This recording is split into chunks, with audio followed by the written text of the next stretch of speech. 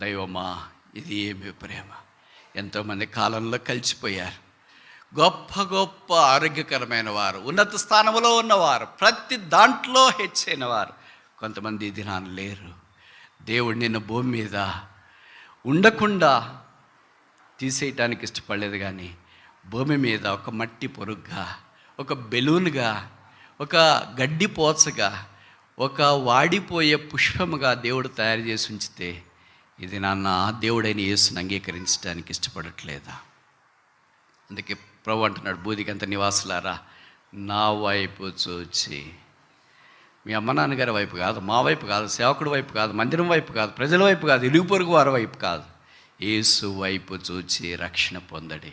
ఇదిగో వేలాడదీయబడిన యేసు, తల మీద ముళ్ళ కిరీటము, ముఖమంతా ఉమ్మి చేత అరికాల మొదలుకొని నన్నెత్తి దాకా కొంచెమైనా నువ్వు స్వస్థత లేకుండా వేలాడదీయబడిన యేసు యొక్క ప్రేమ కంటే నిన్ను ప్రేమించేది ఈ లోకంలో ఏముంది?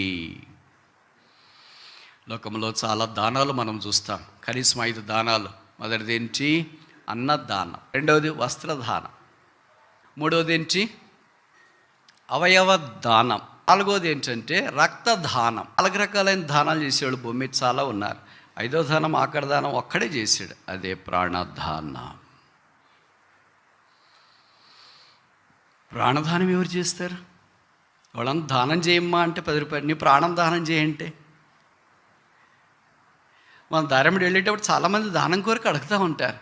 ఈ భూమి మీద నువ్వు ఏ దానమైనా పొందొచ్చు, కానీ నీ కొరకు ప్రాణదానం చేసేవారు భర్త కానీ, భార్య కానీ, తోబుట్టువులు కానీ, పొరుగువారు కానీ, ఇరుగు పొరుగు వారు కానీ లేరు. ఒకే ఒక్కడు, ఆయన పేరే యేసుక్రీస్తు ప్రభువు.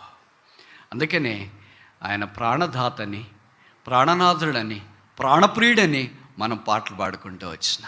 ప్రాణాన్ని పణంగా పెట్టి ప్రాణము లేని నిర్జీవముతో తులతూగుతున్న మనల్ని ఆయన బ్రతికించుట కొరకే ఇష్టపడ్డాడు.